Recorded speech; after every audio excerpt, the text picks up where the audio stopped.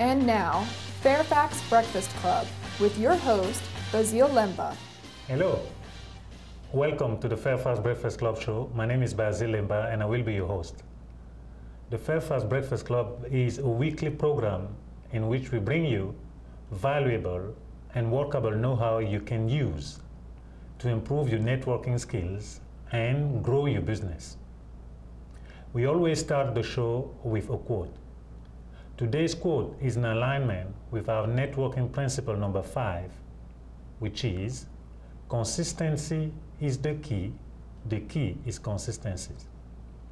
And the quote goes like this: nothing in the world can take the place of persistence. Talent will not. Nothing is more common than unsuccessful people with talent. Genius will not. Unrewarded genius is almost a proverb. Education will not. The world is full of educated failures. Persistence and determination alone are omnipotent. And that's one of the remarkable US President, Calvin Coolidge. Okay, today here with the show we have somebody I believe is persistent. The reason I'm saying that because I run into him in a show in DC not long ago, and then a couple of weeks later he was exhibiting at our show that we just had last Friday, which is the Ultimate Nova Business Expo. His name is Malcolm Staples. Welcome, Michael. Thank you, thank you, thank you, thank you.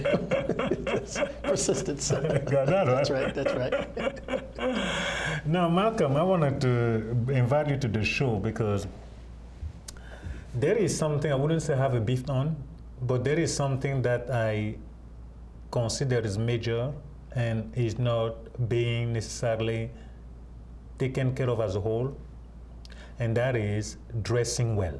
Mm-hmm. Okay, so please give us your take on that subject, which is dressing well, being that you're a clothier. Right. Well, yeah, I think it's very, very important in the business world, or anything you do pretty much in terms of perception and what people see. Mm-hmm. Obviously, how we dress, how we carry ourselves is paramount in terms of people making decisions, in many cases, whether or not they want to do business with you. Mm-hmm. Because if they feel that you represent a certain professionalism, they certainly want to be associated.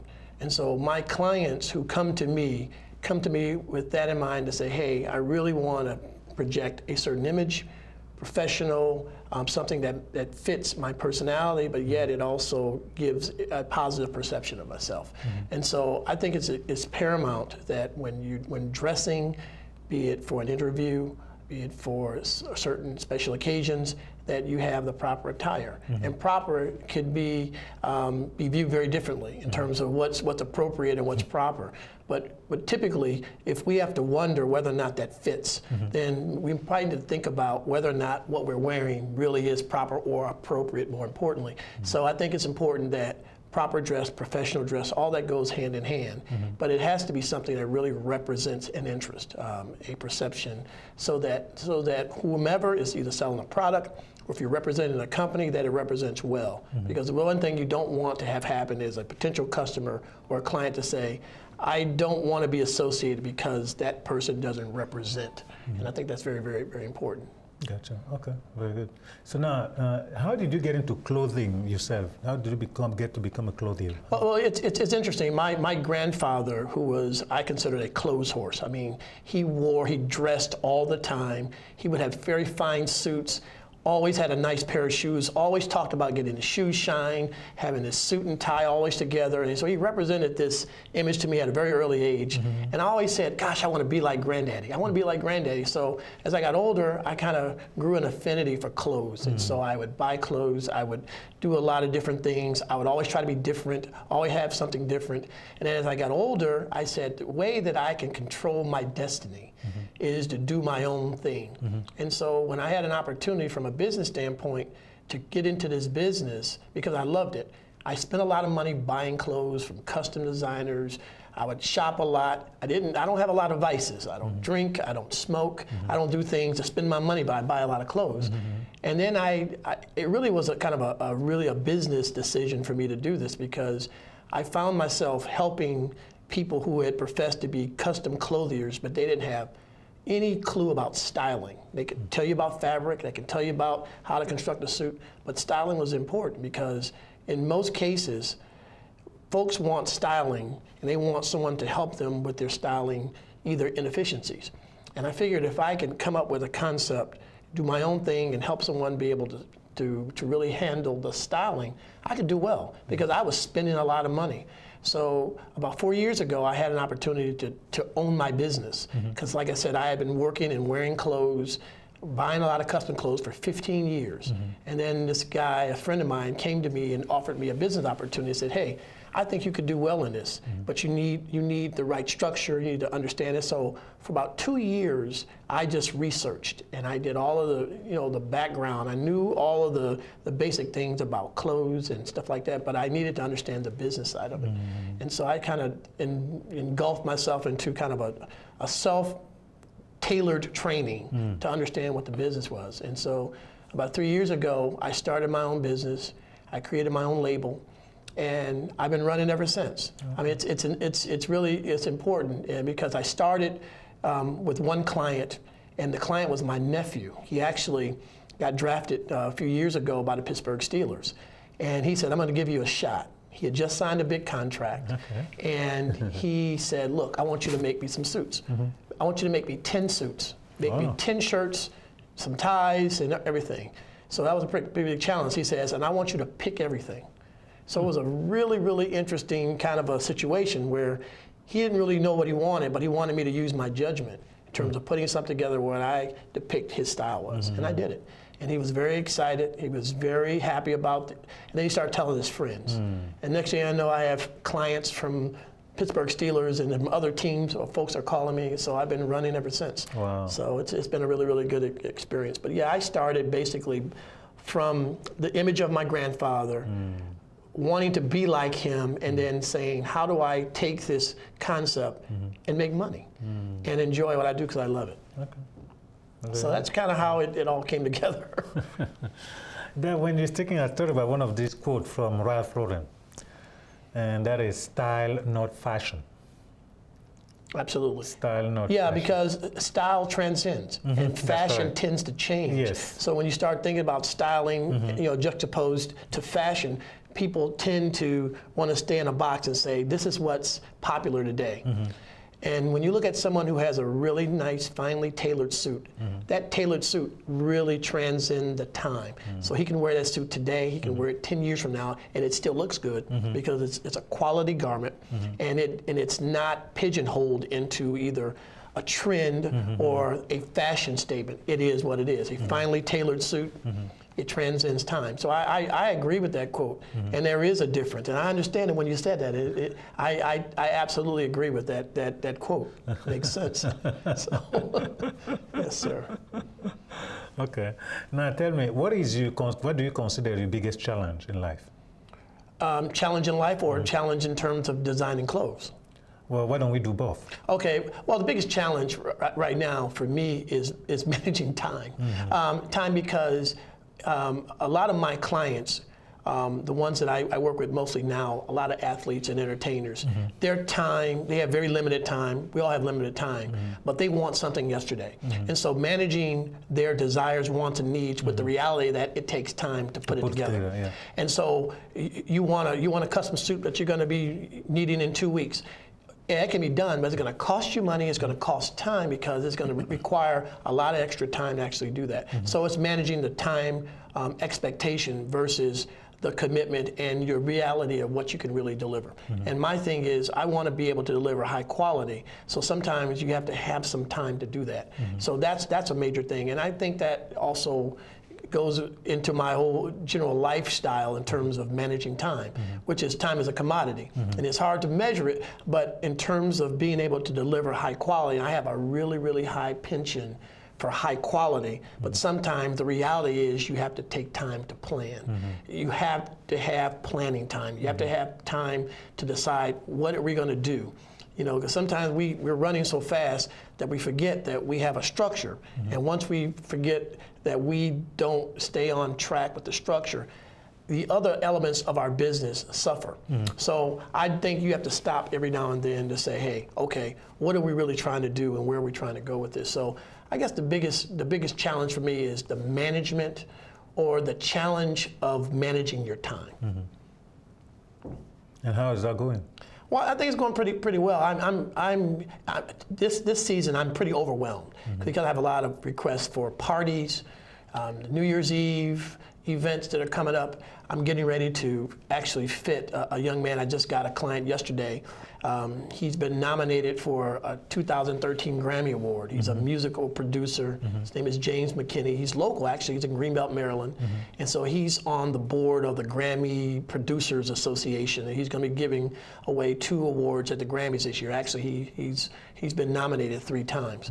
And so his stylist actually called me, and this is interesting. One of the young ladies I met at the DC fashion event where we met, she called me and asked me would I provide some clothes for him. So I met with him and his team, and so I'm going to be doing 3 outfits, 2 tuxedos and another suit for 3 big events at the Grammys this year, which I think is pretty extensive. So I'm working on that order now, among some other Christmas deliveries as well as some New Year's Eve kind of outfits. So I'm a little scatterbrained right now, but it's a good situation. But I'm pretty pushed with trying to deliver all these goods around the holidays.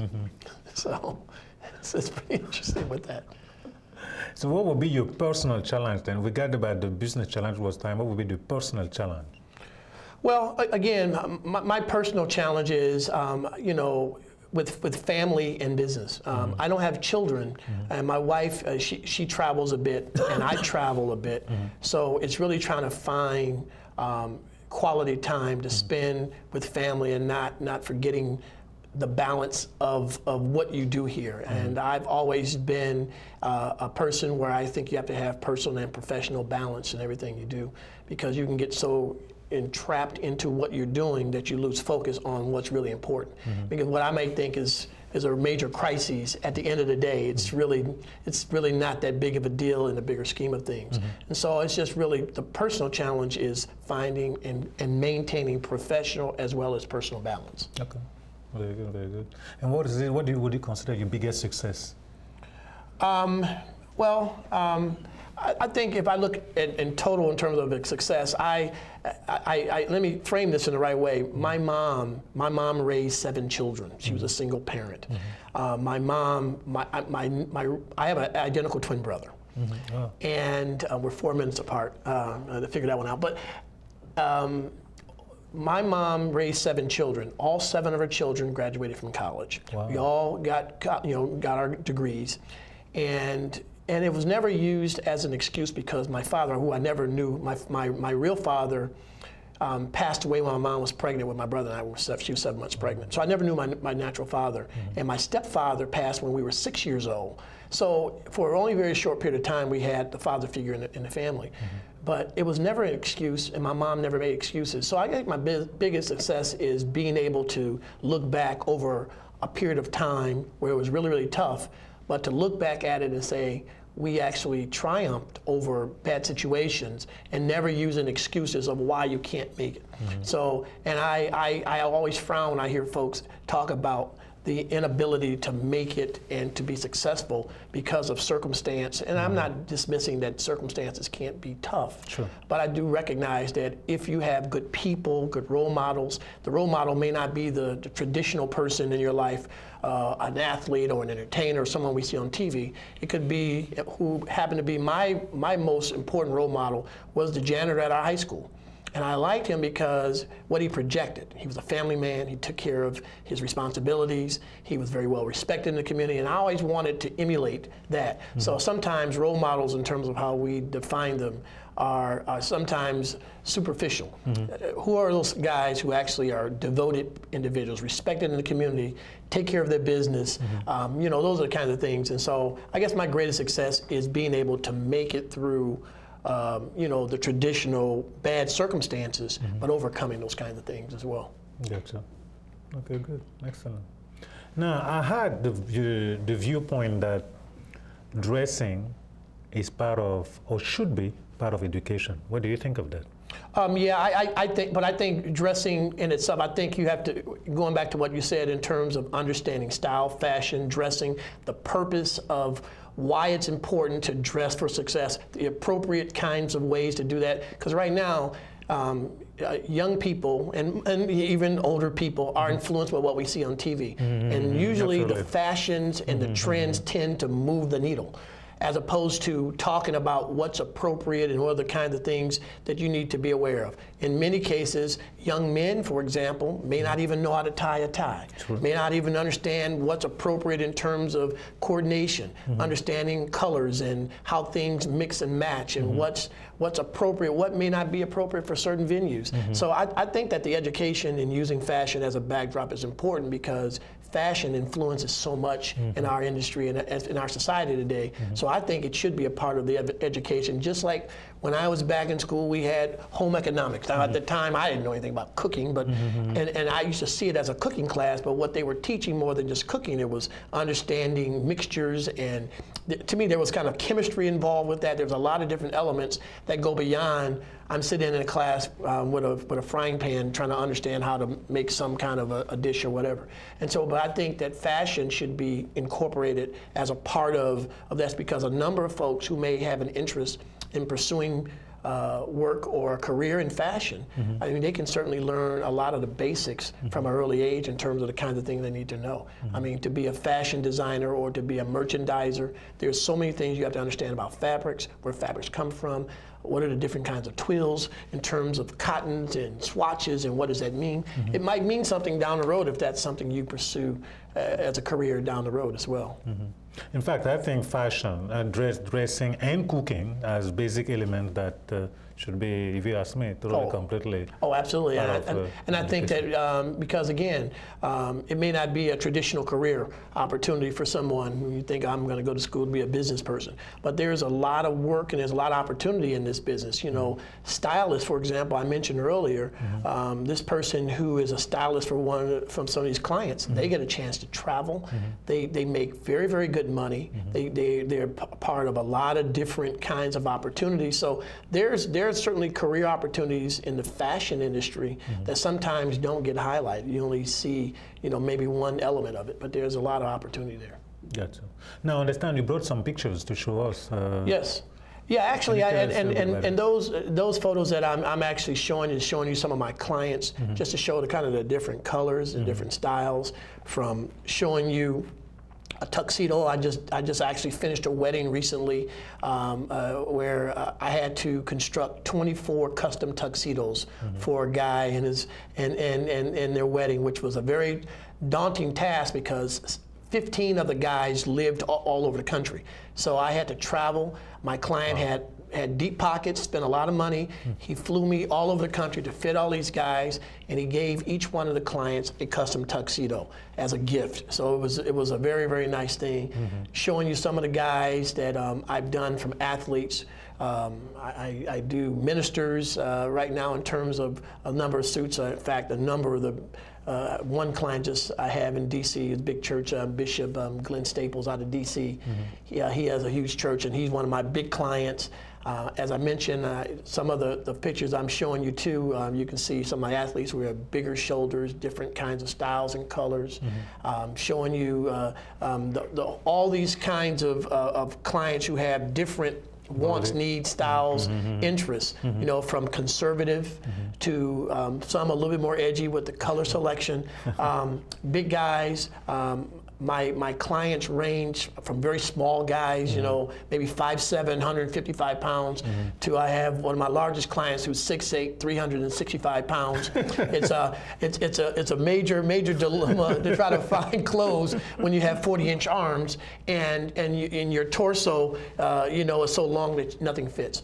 So that's where the custom fitting comes in. The custom fitting comes in because a lot of times with larger athletes or portly guys or folks who may have disabilities. I have one client who has one leg longer than the other, and he has a kind of a hip condition, so he walks with a lean, and the way his clothes fit, you have to proportion his clothes a certain way. He can't go in and find a suit that has a shorter leg and whatever, so you have to cut it that way. Somebody has a portly body, maybe wider, but has short legs, or someone who's extremely tall who may be very, very skinny and long arms. So they're forced into going into this mode if they want to find something that looks appropriate, as we talked earlier, something that looks decent. And many of the athlete clients, for example, I have who have lots of resources, so money is not the problem. It's really finding time and finding access. So you have to be able to cut and design. Now, for the bigger guy, it's going to cost more because I've used more material. I mean, the typical guy, I'm using 2.5 to 3 yards of fabric.